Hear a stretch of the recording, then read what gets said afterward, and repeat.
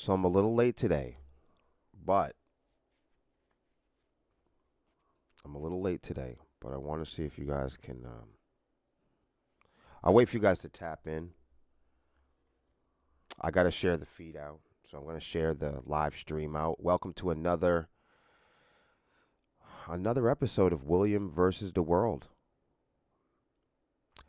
Music, news, music industry, entertainment, social media, and technology.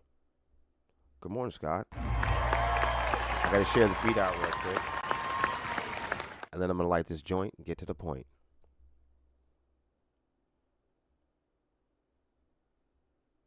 I think I'm like one of the most consistent posters in these podcast groups.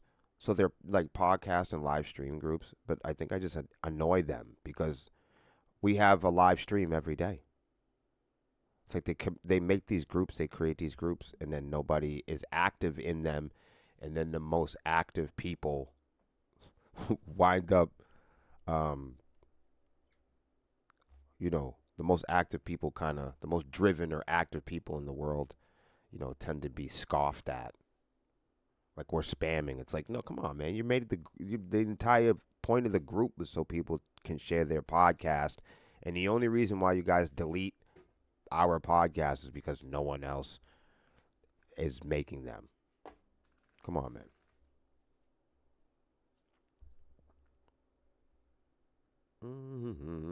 But I'm in a lot of these groups, so I'm gonna be sharing for a second. Hold on. Yo, Scott, did you notice anything different?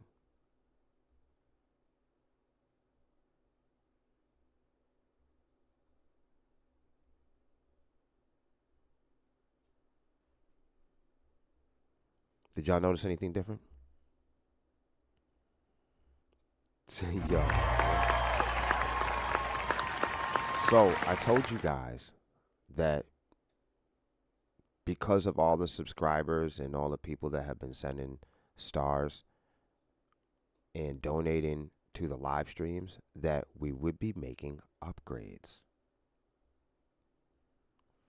And as you can see from this video here,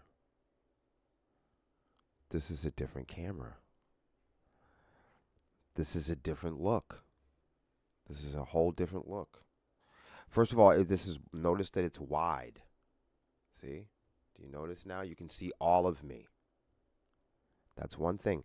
And if you also notice, it's clearer. See that? Look at the resolution. This is a better camera. We did it. We have started to upgrade the live streams. Isn't that awesome? I told you it will work. I wouldn't take long. Now, the only thing we need to do now is like get ourselves some better like microphones, and then I definitely think we need to buy a real table, like a conferencing table that's not like wiggling all around. After that, we're ready to go. I told you with you guys' help, we'll be able to do this quickly. I told you. Internet radio shows, yeah, that goes for us. We're going to get right back to it, too, because yesterday it's like I feel like we're kind of, oh, you're on the road? Oh, cool. Travel safe, travel safe. Thank you for listening. I've been thinking to myself, we may wind up turning this into an audio, like an actual audio cast also. I just haven't felt like it. I also have many ways to do this. I don't know if I want to do it. I'm gonna think about it for a while. I like video. I like being able to hang out with you guys. I like being able to read you guys' comments. If you do an audio cast, nobody knows that I'm reading your comments. They can't read along with us, Thank you guys so much for checking out the stream and sharing the stream. I appreciate you so much. Let's jump in. I'd love to jump right back in to our conversation from yesterday. I know normally we do a big warm up, but because of all of my friends having concerns about live entertainment, Of course, we read the article yesterday about festivals and live entertainment um, really being at risk um, from everything from, the events of a couple years ago and trying to recover from that. Also, I mean, we can't control the weather. You guys see all the action that we have across the country. It's difficult, especially in terms of outside venues and festivals, right? So a lot of my fans and friends and some of my staff members too, um, they are interested in maybe hosting events of their own. Uh, they are interested in learning more about what it takes to be a promoter, what it's like to put on, house shows or festivals. Sepsis is by no means event coordinators, but we are. Um, we've been in the scene for a long time, and we are some middle-aged folks here. We've got some experience, so we are not event coordinators or promoters naturally, but just throughout networking with people and making friends and helping people organize, we have learned how to help promoters and how to help organizers achieve the best results, at least at least like booking and creating shows involving us. um with that with that being said, um we are not promoters or booking agents, but because a lot of people watch the channel and stay updated on our page, a lot of organizers and people that want to throw parties or host shows ask us for advice, or sometimes will ask us to help gather up some bands. That's why you guys saw, some of you might have saw Melissa put up the post about Bravo Fest. Ben, Bravo Fest is in Putnam. Yes, it is. Yeah, Putnam, CC. That is it. That is the one. This will be our second time playing Bravo Fest. I think Bravo Fest is like 3 or 4 years going on now. We didn't get a chance to play last year, unfortunately, but we are back this year. So we will be playing it this year. So on the screen here, as you can see, I don't know if you can see it or not. Hopefully you can. Those of you that are driving, don't try to see it.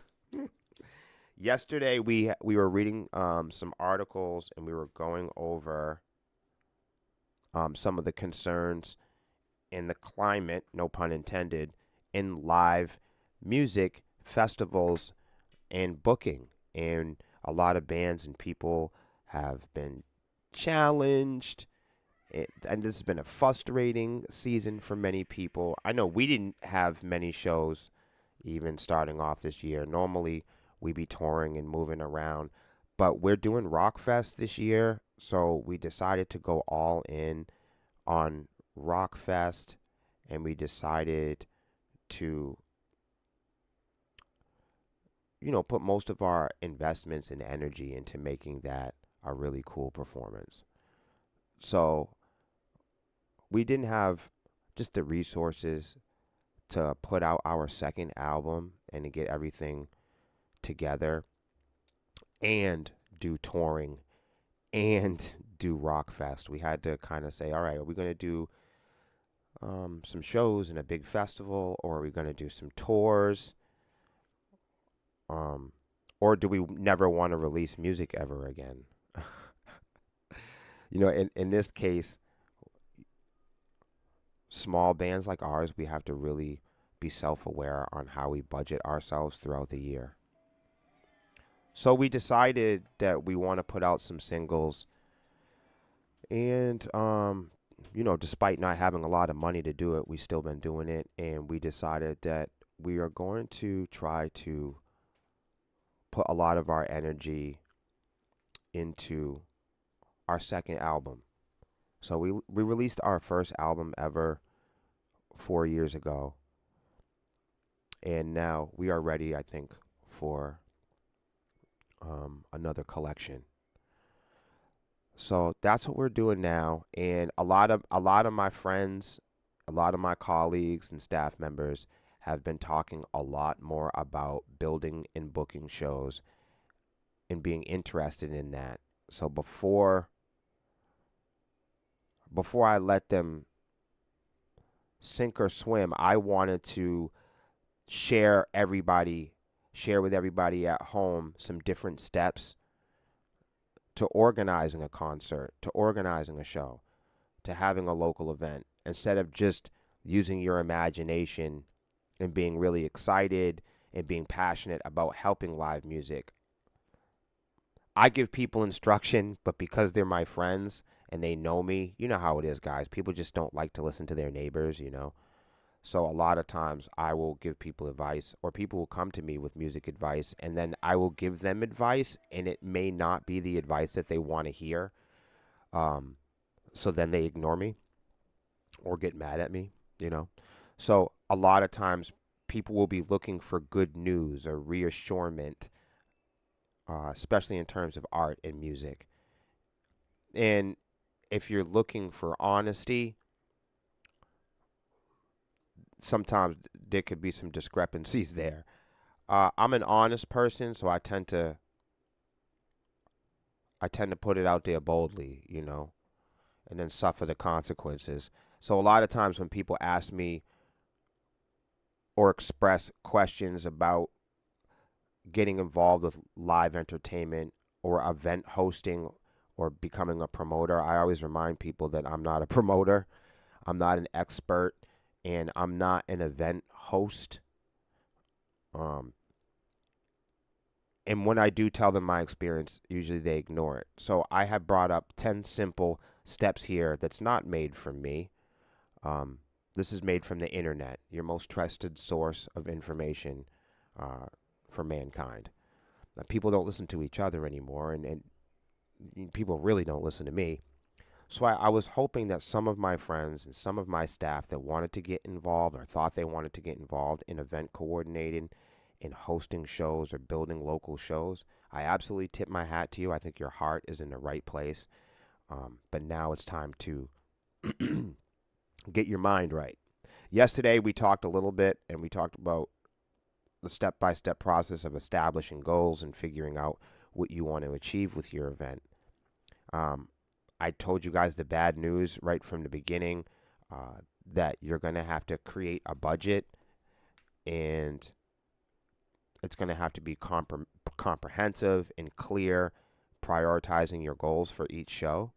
So, creating a budget and paying bands is important, paying staff members, and having a budget for simple advertising. I'm not saying hundreds of thousands of dollars. This is why I explain to a lot of people that are getting into event coordinating.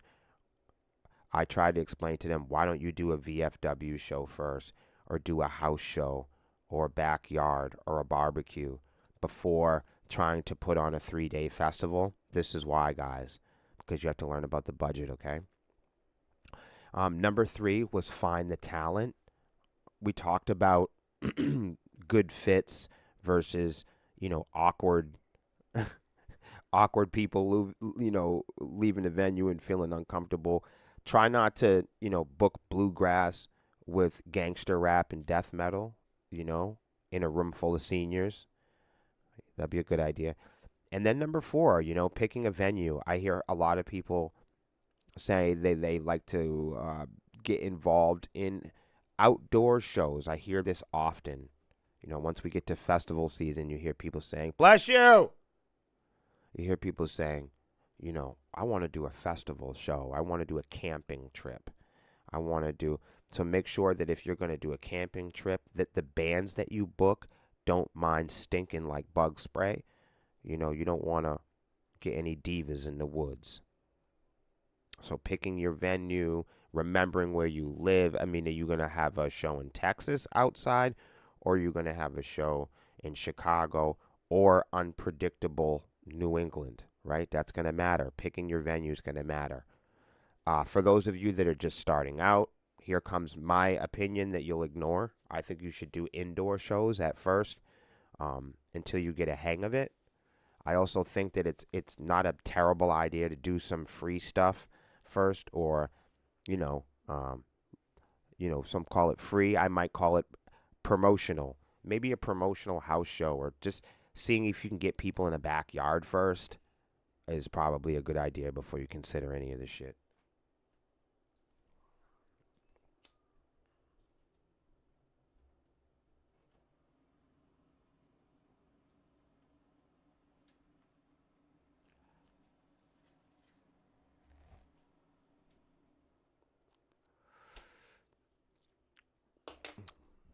Yo, it's been a long time since we've had spaghetti and meat sauce. Like I could go for like a big hearty garlic bread and fucking. I'm talking to you. I'm sorry. You were looking in the refrigerator. What's wrong with this lady? Bitch, shut up. Not you. Some bitch just told me to shush. I'm like, fucking weirdo. Hey, if any of my swarm commanders are in here, you see this Angelica Big Mouth Santana lady? Block that bitch. Get her out of here. Have a nice day. I was saying about the marinara sauce and the meat and all that. I'm fucking starving all of a sudden. I was sitting here like, oh my God, I'm fucking hungry. I'm never hungry at this time. I can't believe this bitch just told me to shush. You shush. Why would you come to my Facebook page and tell me to shush? No, you shush, motherfucker. Make me. Nah, you make me. No, you didn't. You make me. And I'll make you. Fucking Facebook.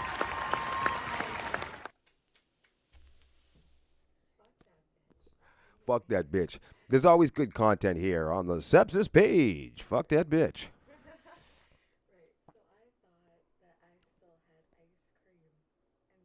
You tried to eat ice cream in the morning? Ladies and gentlemen, my assistant's trying to eat ice cream in the morning.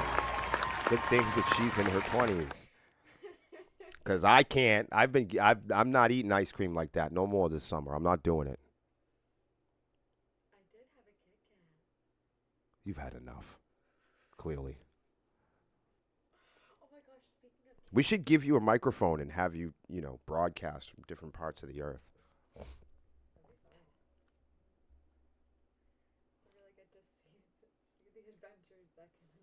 Yo, did we get the trees already?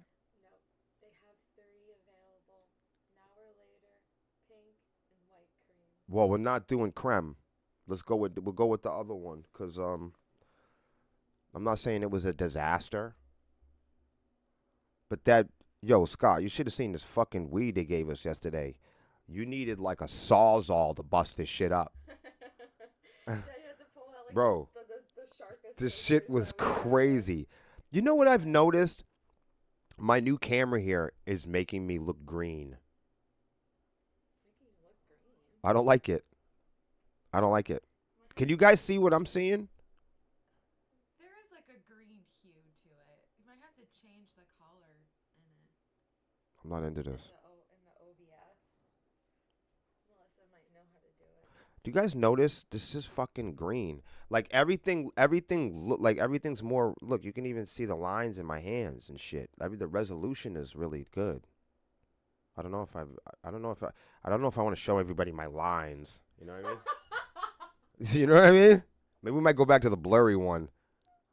This is getting stupid. You shush, Angela, you fucking jerk. Where's Hans when you need him? I don't know. I almost said something mean, but then I didn't want anybody to take it the wrong way.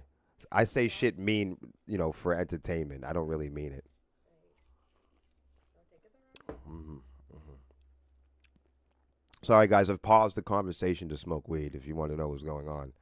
This is part of being into entertainment. Anything can happen during live TV. Surprise. The assistant's in the back.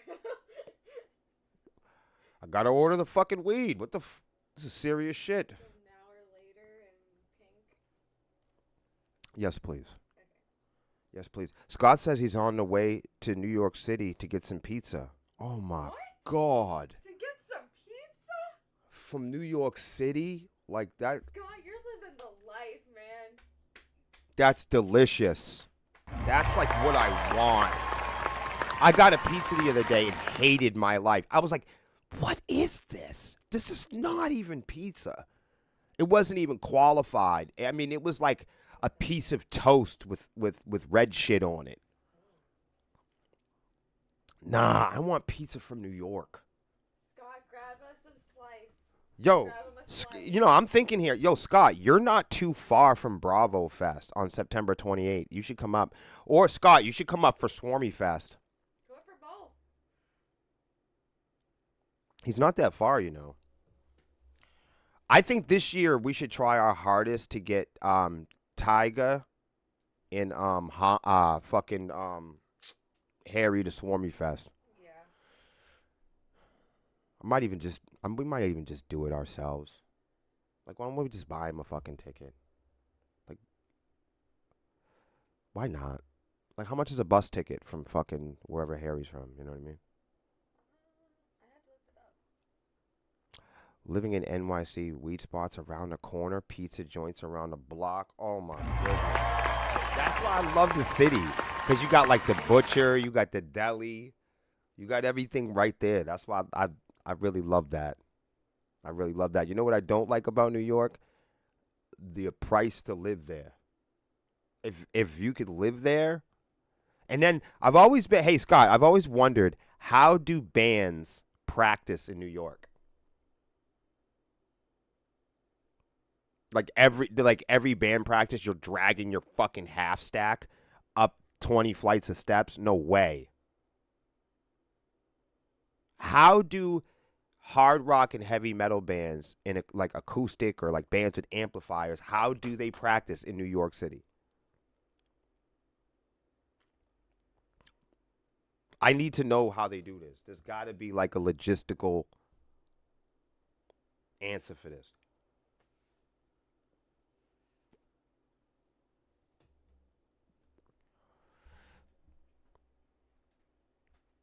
Thank you.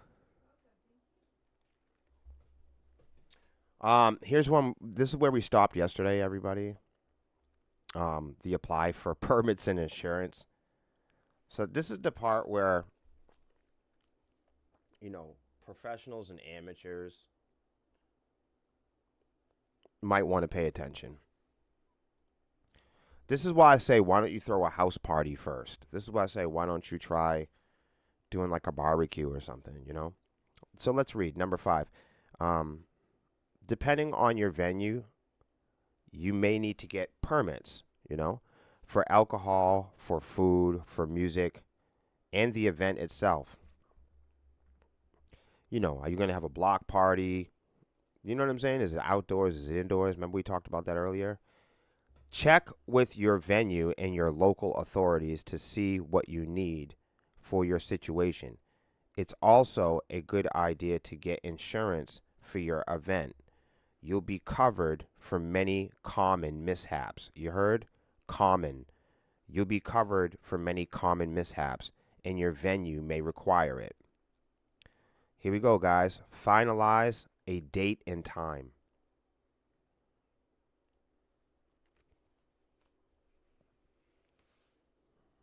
Hit a studio. Oh, rent for a few hours. Okay. That makes a lot of sense. That makes a lot more sense.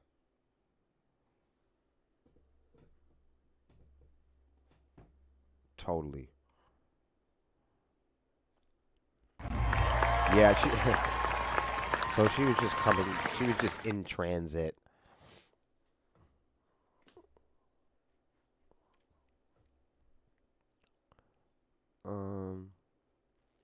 So finalizing a date and time is, you know, I would say that's a priority.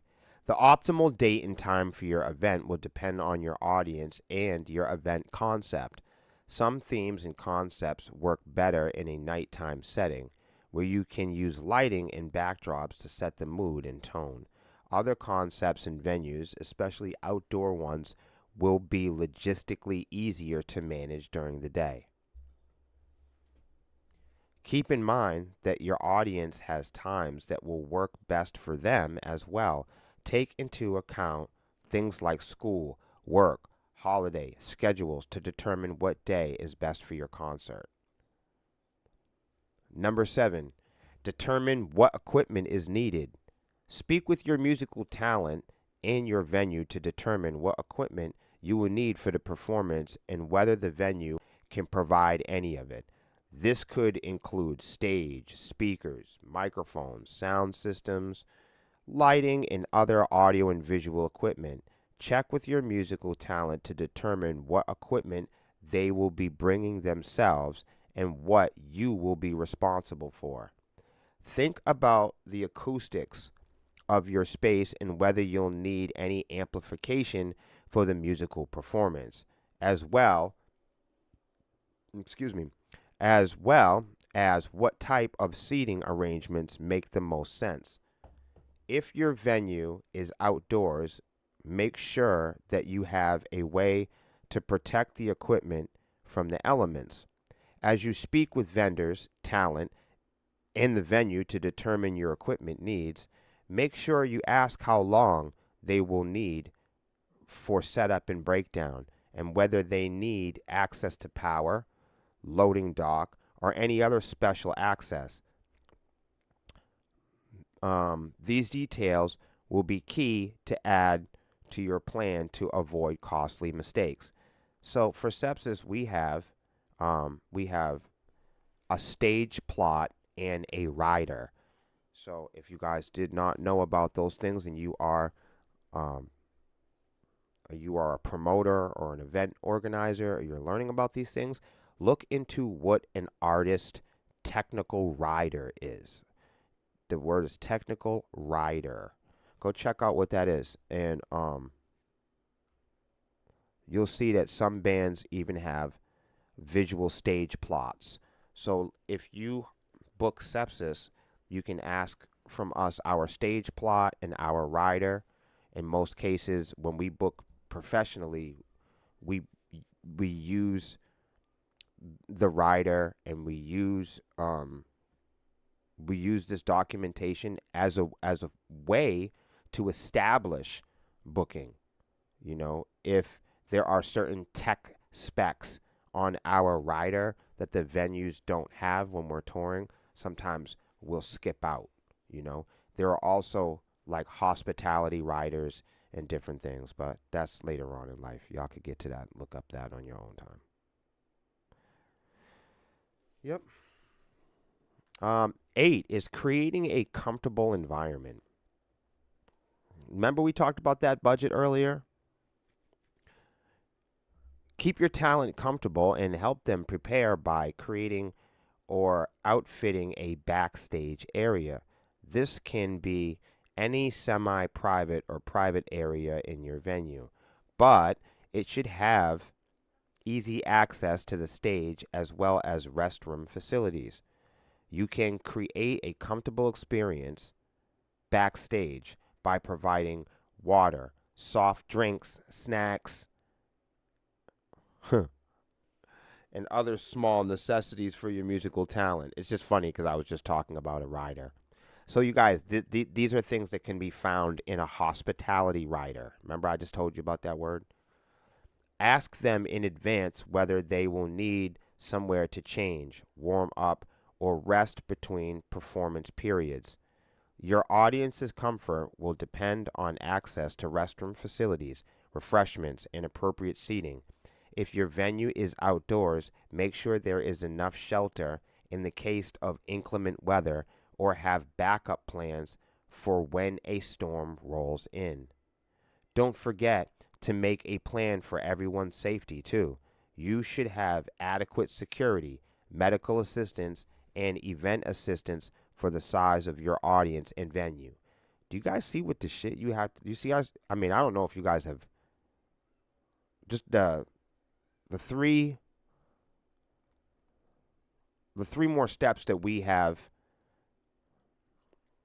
just presented to you, it looks like a lot of work, on a first time for a lot of people. So this is why I recommend, and I keep recommending to all of my friends, to do some reading on your own. Don't just wait for your friends in bands to do the work for you. I know how it is. You people love music and they want to try to do their part. And sounding like an event coordinator, becoming a promoter sounds like an exciting challenge to take on. And it really can be. It really can be fulfilling. It really can be exciting. But you need to consider these steps. You need to be able to consider the costs. You need to be able to weigh out the pros and cons of taking this challenge on, especially for the first time, you guys. And this is for a unique, really busy type of person. Anyhow, number 9. Man, you couldn't even start selling tickets till number 9. I think that's funny. If you're planning on making money from the concert, you're going to need, if you're planning on making money from the concert, you'll need to sell tickets. Now that I can't talk. You can partner with a ticket service to offer print or digital tickets for your event. Think back to our reports, with ticketing services in the past. We've done a lot of stories on ticketing services in the past. Some ticketing services offer the ability to use custom branding on the tickets, accept multiple payment methods, and offer tiered pricing. Many will also include a website for your ticketing and integration with your social media accounts. The time and date of the concert should be clearly marked on the ticket along with relevant seating information and a clear return refund policy. Number 10, promoting the concert. Just like any other event, the promotion for your concert will directly correlate to its success. A lot of times when you book Sepsis, we put this in on our technical rider, an advertising plan, Just like any other event, the promotion for your concert will directly correlate to its success. You will need a marketing plan that takes into account your event concept, audience, and the musical talent that you've brought on board. If the talent has certain channels that work well for their marketing, make sure to double down on those channels and partner with the talent to spread the word. You can increase your reach and spread your message further with the help of event partners.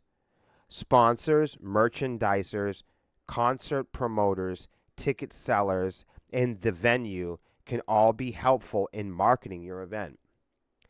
Get everyone on the same page about your event concept and goals and make it easy for them to promote the event by providing social media, email, print assets, and getting them participated as much as possible, really, in my opinion. Make sure to capture high quality photos and videos leading up to and during your event. What if you're going to do it again, right? You're going to need to prove that you were able to pull this shit off. This will become marketing gold in your event follow-up and could be really useful if you're considering making the event into a series or repeating your success the following year. How is that, everybody? Scott, I'm saying it really is. It really is a massive responsibility. And when me and my friends and supporters talk about, and we're not just talking about small talk. From my colleagues, staff members, to close friends, family members, we've all sat down at one point. People have sat down with me and fantasized or talked about the logistics and the requirements of starting or creating or organizing their own event. Scott and I tell them all the time. I start giving them advice and people don't like the advice, or they're not as interactive. When I start giving people advice, they're not as interactive or as energetic as they were when the conversation starts. When we start fantasizing about building events, there's always a lot of ambition and excitement and how much we're going to, help local bands and how many people we're going to have there and how fun it's going to be. But when I start actually talking about the costs and the responsibility and the footwork, and when I start talking about that, the room falls silent. And just like now, there are several people, Scott, that have known that I was covering this topic this week. And whether or not they see this now or they ignore it later, it's a quiet room today. This is one of those topics people just, in their hearts, man, and inside their souls, they want. I understand that their intentions are good. They want to help local music. They want to be a part of it. At first glance, hosting a show seems like something that everyone could do. Hosting a show seems like a way that any natural neighbor could contribute. And, and isn't it nice to be known as the guy that pulls that off, right? And I don't want to scare people away. What I want to do is energize people to be prepared. I don't want to scare you away. I want people to be able to look at this realistically so you can take on the challenge and people can take you seriously. But when I start talking about the education behind this, when I start talking about the budget or what you'll need to do or the homework, nobody's around. Nobody's around to hear it. So I feel like I'm doing my due diligence. I've tried to explain to people personally at an eye-to-eye level, but I'm their friend in a rock and roll band. So what do I know? I don't know a damn thing. So a lot of times people will have the experts in their families. They'll have the rock stars, in the experts and even the college graduates will be in their family to give them advice, and they'll skip over it and look for the next politician or stranger. People just can't take advice from people that they know. It's a very bizarre circumstance. But if I'm not warning you, then I'm preparing you. Compromise with me and do some homework on your own. I know a lot of people, they don't want to hear it from me. A lot of people don't want to learn about the music industry from me, and I can sympathize with that. Some people need to hear information from people that looks like them. Some people need to hear information from an image that feels more metal or more successful or more adult. I realize that, and I'm using myself as an example, people that look like me may not be somebody you will hope was going to be the smart guy in the room. People that sound like me, there are some people who feel that people that look like me or sound like me, I'm not really the image of success that everybody thought that they was going to grow up and have to look at. So to learn from me, you know what I mean, or to listen to me, what the fuck just happened? Did this thing just go out? I think the magnetic field just shifted. Are you guys still in the chat? I don't know what the fuck just happened. Something happened. Let me know if we're still live. I don't know what the hell just happened. Are we still live? Anything can happen with this live shit. Anything can happen. Let me know if we're still live, if I'm not live. then I will refill my coffee. Even if I am live, I think I'm going to refill my coffee. I'll tell you what. I'm going to. Oh, thank you, Scott. I appreciate you. For a second, I thought it. Because it said on the screen and it fucking turned off. I said, what the hell's going on? Oh, shit. Hi, hi, I'm just Glenn. Hi, Glenn. Is that is your name just Glenn, or is your name Glenn, or do you want to be called just Glenn?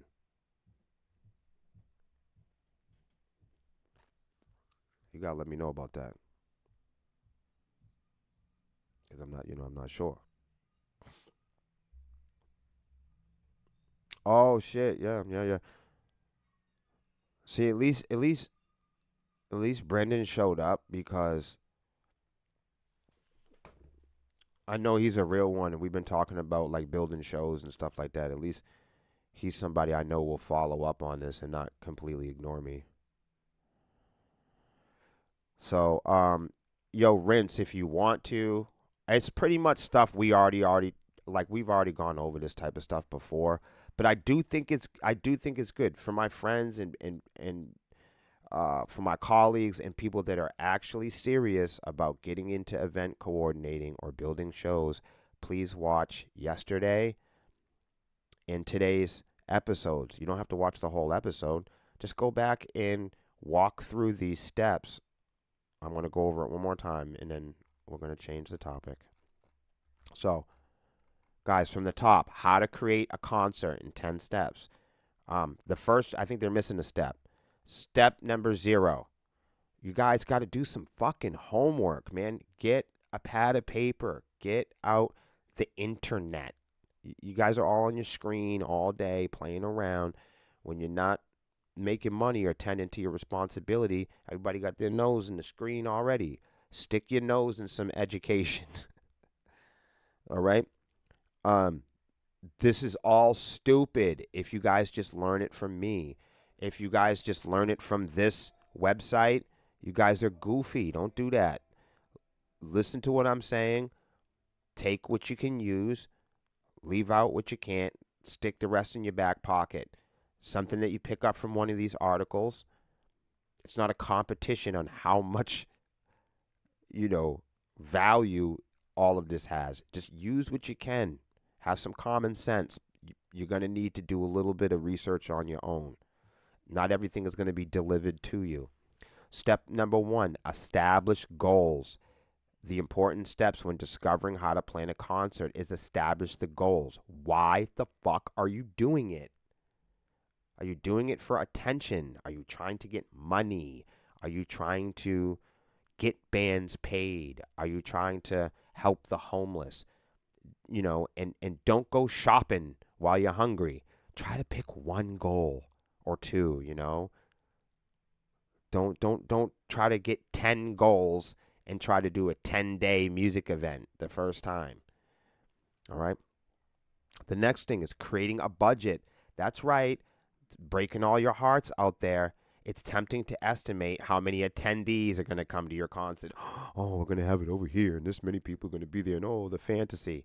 You need to get some bread, and you need to get a lot of fucking money together because you need to fucking pay people, man. Finding talent. We didn't get to finding the talent until after. What came first? Getting the bread. Finding the talent. People start looking for the talent before getting the bread. Get some fucking money. Finding the talent. Musical talent that you bring will shape the atmosphere of your concert more than anything else. This may also be one of your main budget line items depending on the type of talent you want to bring in. Did you hear what that just said? Try to find talent that fits with your event and your objectives and your goals and your budget. The main budget line item. Guys, come on. Number 4, picking a venue. Many venues are set up for and willing to accommodate live music, indoor, outdoor, production costs, all of these things, barbecues, picnics, bathrooms, you're all going to take that into consideration. Okay? Applying for permits and insurance. If you ain't never been to a heavy metal show, then maybe you can skip 5, but I don't think so. Applying for permits or insurance are super important, especially if you're going to do like outdoor shows and there's drinking or fire. Oh my God. Oh my God. Guys, I cannot stress this enough. Especially, oh shit. Finalize a date and time. The optimal date and time for your event will depend on your audience and your event concept. Some themes in concerts work better in a nighttime setting. Some better outside, some better inside. You know what I mean? You don't want to bring a bunch of fancy people into the swamp. They're going to bitch. It's going to be problems. Stacy's going to throw up in the green room. Number 7, determine which equipment is needed. Hello, let's be ready for these musical talents. Don't go get a big band, a big sounding band like Dead by Wednesday and stick them on a little PA, at your grandmother's house. It's not going to work out. Just don't book big power metal bands or big acts, and have them sitting on a corner somewhere in a tool shed. Determine what equipment is needed for them also. Speak with your musical talent at the venue to determine what equipment that you'll need for the performance and whether the venue can provide any of it. Stage, speakers, microphones, sound system, sound man, lighting, and other audio and visual equipments are going to make a big deal. I mean, imagine having a really cool show with no lights. Okay, you have a cool show, 250 people show up, and there's no lights. Everybody takes pictures of people playing at snack time, sweating to death. Then you got to go next year and show everybody why this was a good time. You got to go back next year and promote and advertise to everybody why you're so smart. Why don't you just be smart?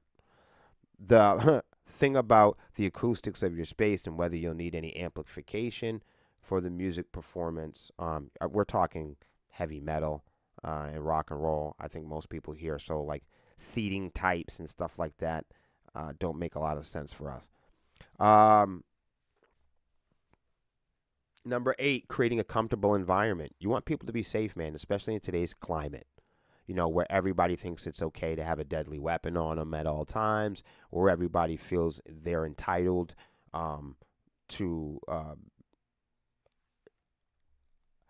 force or use force in times of fear.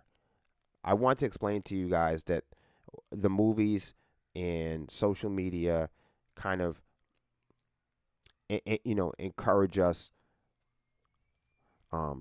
to feel like experts at this stuff, with all the combat reels and all the images we see. We feel like we're in this really ultra violent world with this like the octagon and MMA and there's all this, you got gangsters and pranksters all running around. There's always this in America, there's always, and there always has been, this kind of like cowboy, mobster, militant, gangster vibe. And it's worse than ever. This is terrible for music. This is terrible for people that want to feel safe. I totally get it. If you are in the violent metal head hunting, beat each other up stuff. You guys are 22 years old, 27 years old, y'all want to beat each other up, stuff like that. That's fantastic for that environment and people that want to do that with you. But if you're not going to have that kind of show, book the right bands for that environment. If you're going to have middle-aged soccer moms, book the right kind of bands for that environment. That's all. Create a comfortable and safe, predictable environment. Having multi-genre or having shows with different type of genres and different musics, and subgenres can be really good if it's done well by someone that's experienced and someone that knows the environment and knows the scene and knows the bands and knows the crowds, this can go really well. But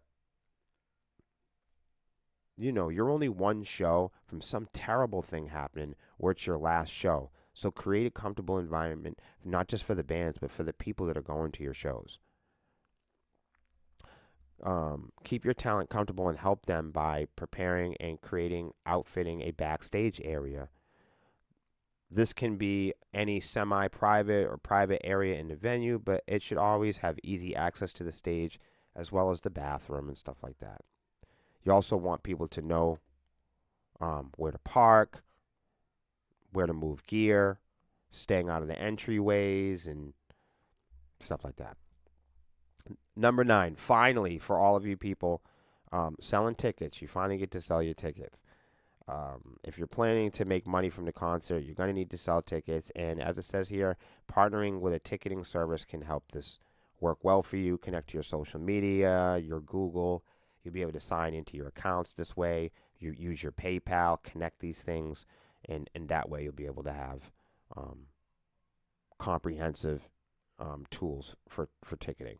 And number 10, promoting the concert. This goes back up to number 2, and having a marketing plan and a budget and people on board, choosing sponsors and merchandisers and other concert promoters to jump in,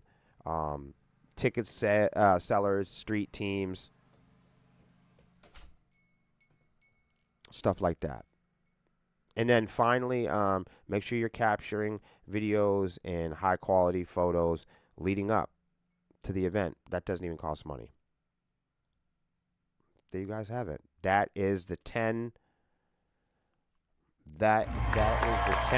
tips for people that are getting involved with event coordination, people that are excited or really ambitious about maybe hosting or organizing their own events someday. My advice to all of you is start with a house show. Start with a barbecue. Start at a small venue with 50 or 75 capacity. Rule of thumb, if it's hard to get 10 people together in a room. So, if you can get, and don't rely on the bands. If you yourself can't get 10 people in a room, then you're not ready for a show. If you're going out to shows now and you're not bringing 5 to 10 people with you to those shows, then chances are you're not ready to start building shows. You need to start going to shows first. You need to start doing more than just making friends with bands on social media or playing around on the phone. You need to go out and spend some money with these bands and spend some money getting their t-shirts and making friends and being a person in the scene first. Do that for a year or two. Make 100 friends in the scene. Be seen.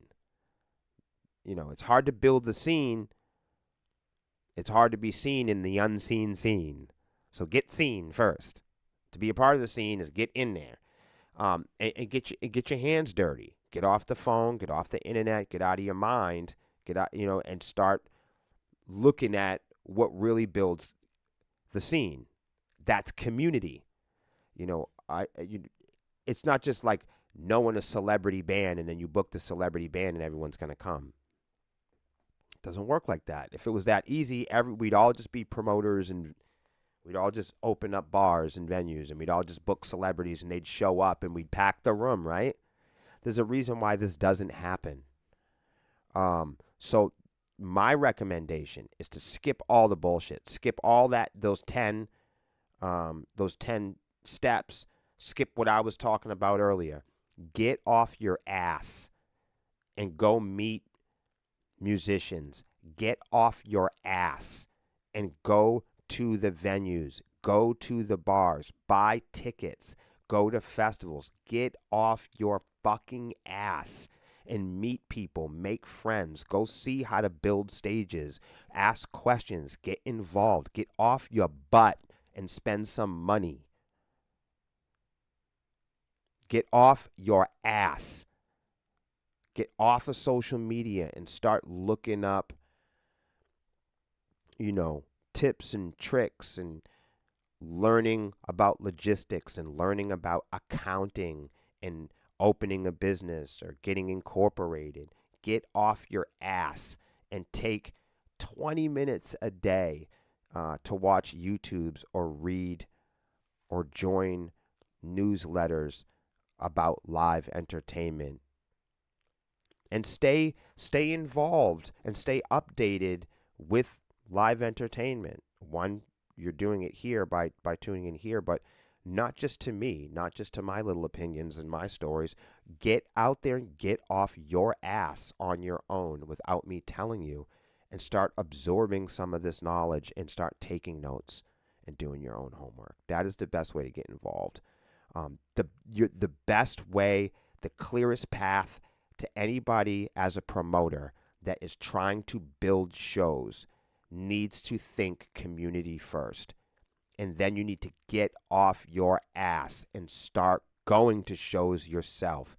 If you're not going to shows regularly and you're not bringing people to those shows, then the chances of you hosting shows and getting people out of their homes and converting those people to come to your show is very unlikely. You yourself have to get up and go to shows and then bring 5 people, 10 people, 15 people. You need to show the scene that people are willing to get around you. And the only way you can do that is to get up yourself and stimulate the economy, stimulate the scene by you participating in it, by you adding value to it. Just wanting to do a show, you're taking. You're taking.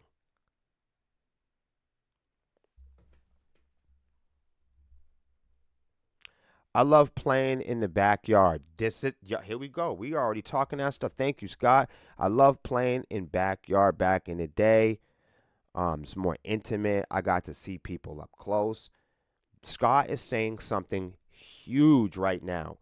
This is where you start to really become an event coordinator.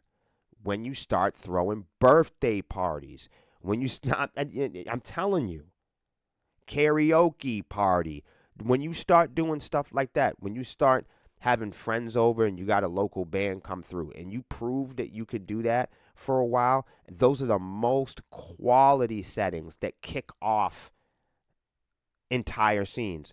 When I was in a band, we would invite people to our practice and chill out and listen. Yes, dude.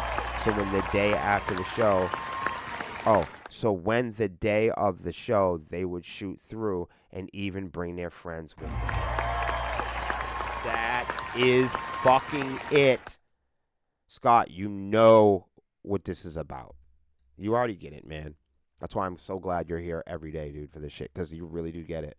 1 second, you guys. You get it. You got to start somewhere. Everybody wants viral success, you know. Everybody wants to just jump in and have 250 followers and doing all. Man, you got to start gradual. You got to be happy and grateful and see the beauty in everything you have. You have to be able to see the beauty in your start.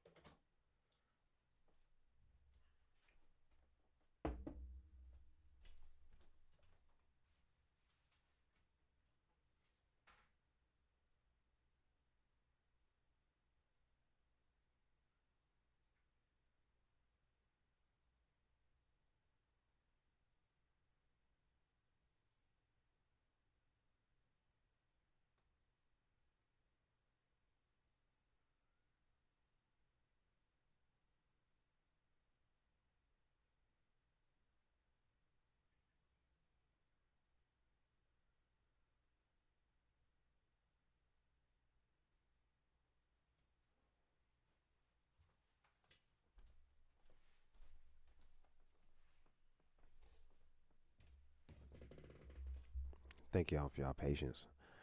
I appreciate it. What else do we got here? We got a couple more minutes.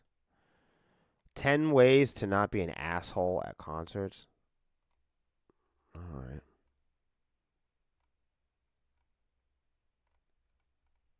Okay. Fuck it.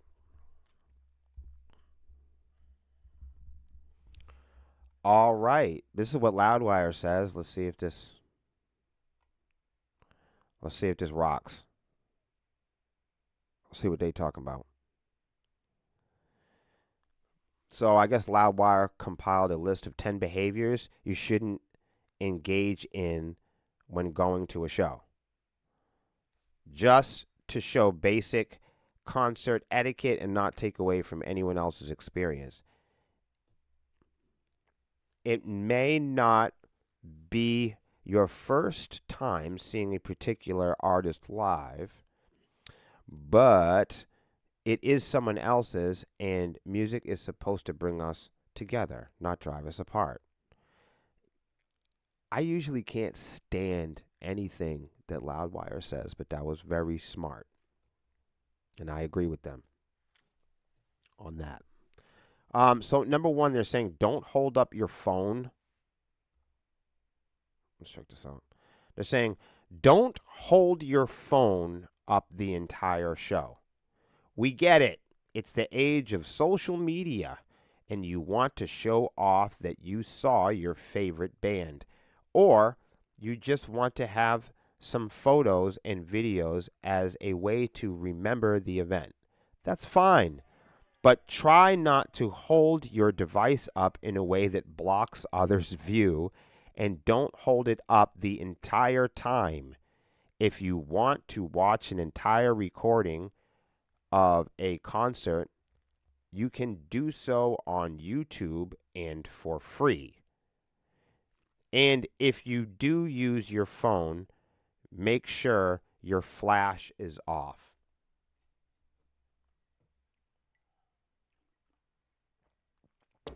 Put a 1 in the chat if you agree with it. Put a 2 in the chat if you don't give a shit. It doesn't matter to me. Don't spill your drink on people. Alcohol is sold at concerts for a reason. That reason is money.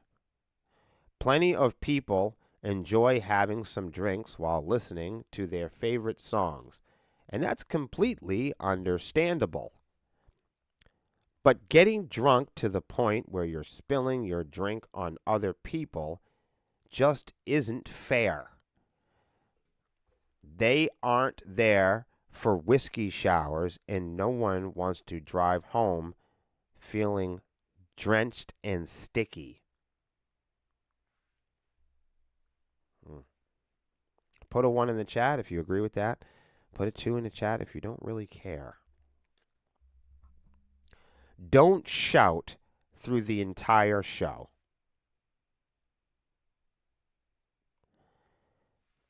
This doesn't go for people who are singing along. Sing your lungs out. But talking to the people around you about your shitty work day or your upcoming plans, especially when you have to shout it at them, sucks for those who are trying to listen to the performance. You may not know the song that's currently being played, or maybe you're bored, but you can have a conversation away from the crowd or even after the show. No one wants to hear about your personal life when they're there for the artist. Yo, I'm going to put a 1 for myself on this one because I've seen this happen before. Like, man, would you stop that? I've been watching a great band and had a group of people just yelling at each other next to me, and I've just been like, are you not hearing this great music? And if you don't want to hear it, why don't you fuck off over there where none of this is happening? You could go home in your living room and fuck yourself. And it's always the group of people. No one else is doing this. It's just one group of people that are shouting and having a separate conversation. With a room full of 100 people and they're all watching the show. And there's this one group of people talking about construction or you know, the deep state or like pharmaceuticals. Stop that shit. Oh, here's one. Here's one. I can already tell I'm going to like this one. This is for sure. Don't dance and fall all over others. Man, this is fucking serious. Obviously, there are some risks you take when going out to a concert, and losing out on personal space is one of the biggest sacrifices. You're simply not going to have it, especially if you are in a standing section. But that doesn't mean you should have to anticipate someone dancing and falling all over you. It's disrespectful and even kind of gross at times. If you want to dance, go for it. But but try your hardest not to be bumping and grinding on the people in your area.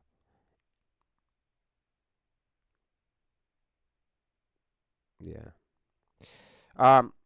This one says don't squeeze to get in front of people who are there first. Some people get to the venue super early or even pay extra money to be able to get a good view at a show. So be mindful of that because you'd be stealing from them. And don't squeeze your way into the absolute front because you got there late. You're only going to piss off everyone around you, especially if they are standing in that spot for hours before you decided to waltz over.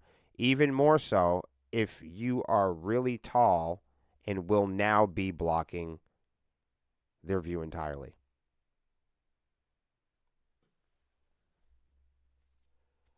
Excuse me. I could feel it. I knew that was coming.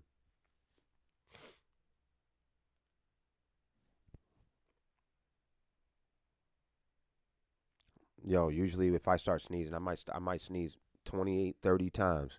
The whole fucking show will be ruined. I'll give it 4 times. If I sneeze 4 times, I'm out of here. Don't make out the entire time, everybody. This is for all you real exhibitionists out there. It makes sense that live music puts some people in a loving mood. Maybe you're at the show with your significant other, or maybe you just hit it off with another attendee that night. A bit of affection is great, but save the intense makeout sessions and potentially other things for after the show. No one wants to see it, and you'll probably be disrupting people's view. Leave the oversized hats for the Kentucky Derby. This is a weird one. Hats are a great way to complement any outfit. Baseball caps, fedoras, even cowboy hats are totally cool to wear to concerts as long as they aren't completely oversized. This is so strange. It's not a horse race, so leave the floppy hats at home. They just simply aren't appropriate for spaces where people are closely crowded together and you could poke someone's eye out or just be bumping into them all night with the brim. So go for something a little more subtle. That is very strange, but it's important to someone.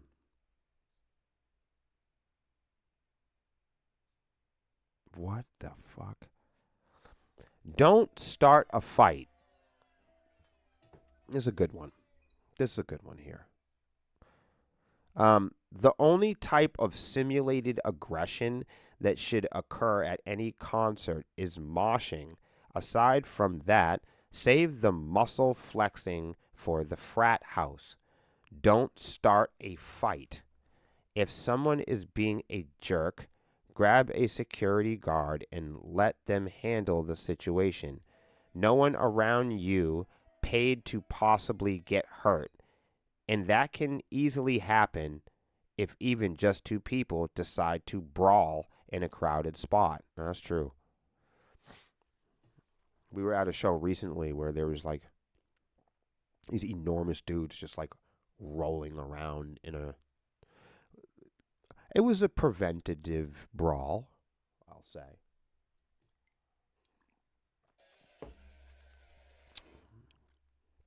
Oh, here's a good one. Don't yell obscenities at the performer. Whether you paid for the concert ticket or you were dragged there by someone else, don't shout obscenities at the performer, even if you absolutely hate them.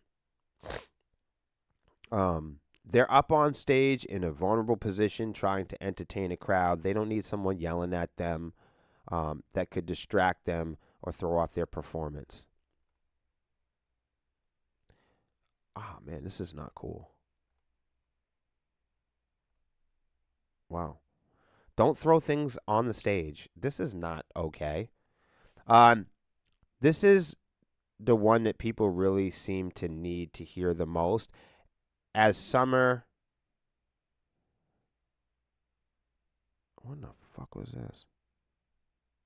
Oh, as the summer in 2003 introduced a horrific concert trend, throwing things at the stage. Oh, yeah, I remember. That was awful. I remember now. Baby Rexa got a black eye from being hit by someone during her show. That's foul. Just so you guys know, performances we can't see anything up there because the lights and everything else. Even at small shows, you guys throwing things on stage is fucking cowardly and fucked up. Especially at a chick. Why would you throw something at a girl on stage? That's just strange, really strange. Ava Max was slapped by someone in the crowd who climbed on stage. Someone tossed a bag of human ashes on stage during a recent Pink show. Ooh. A bag of. Ooh. And Kelsey Ballerina was hit by a bracelet someone took off and tossed at her. Okay. Well, it's a good thing we're not that famous like that. Jesus Christ. I'm glad that when we go to shows, people that are really excited, we do get some excited fans, but no one that's ever thrown shit at us. So I guess what I'm saying is I'm glad that we are small enough where we can just be around people and they don't need to do that. That's fucking crazy. Well, there you have it, everybody. There you have it.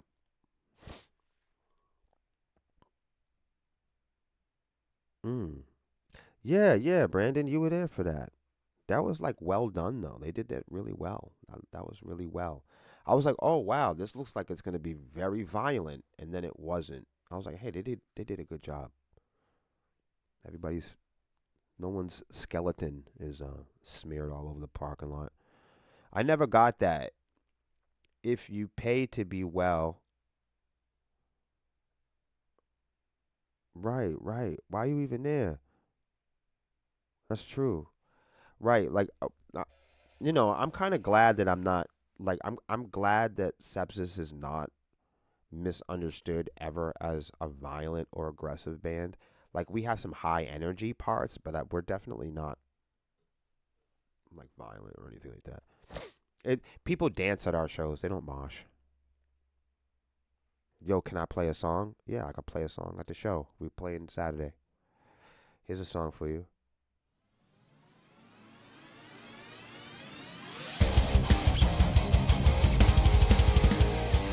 You guys, thank you so much.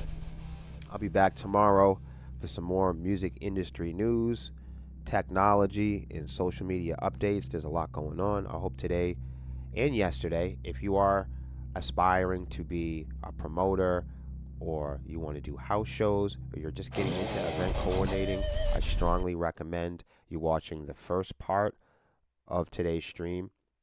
Yesterday, we covered the first, 5 to 8 tips in boxes that everyone should be checking if they want to get into event coordinating. Go back, listen to that. You don't have to watch the entire episode, but go listen to the part about event coordinating and keeping notes. Bring a notebook with you. And then, of course, um, I don't know where Hans is. And then, of course, let's not forget, um, go back and watch this episode so you guys can bring it all together and tie it in. You guys have a great rest of your week. Hans is sick this morning. Oh, damn. Oh, man. Sean, 1, this shit start. Oh, so every day, um, I was a little late today, Sean, because I got this new camera. Even though it's making me look green, I gotta do something about this. So I'm gonna work on it. But yeah, if you guys, this is our 47th episode, I think. So we used to have segments about the music industry a lot more on the Honeycomb Hideout, but now Lexi is hosting the Honeycomb Hideout, and they're going to be upgrading that, and that's going to be changing and doing different stuff. So the music industry education and social media technology, I mean, really anything from streaming to crypto to robots to AI to the music industry. We usually choose the top 5 to 15 of the biggest stories in the music industry, and we put it up on the screen. And then we talk about it, we break it down, we take notes, we look at it, we learn it together, we eliminate the pressure of all being experts. I don't know anything more than anybody. You don't know anything more than me. We all just show up here. I try to do it at 10:30. I'm going to continue to try to do it at 10:30. Thank you to everybody that's been donating and subscribing and sending us stars. Honestly, the bigger and better this gets, the more of a tighter ship that I can run, the more we could do here, and the better that we can make it. I'll see you guys tomorrow and every weekday at 10:30 a.m. You guys be cool. Take care of yourselves.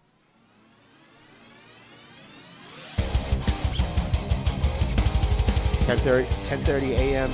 every morning. William versus the World. Music industry, technology, and social media news.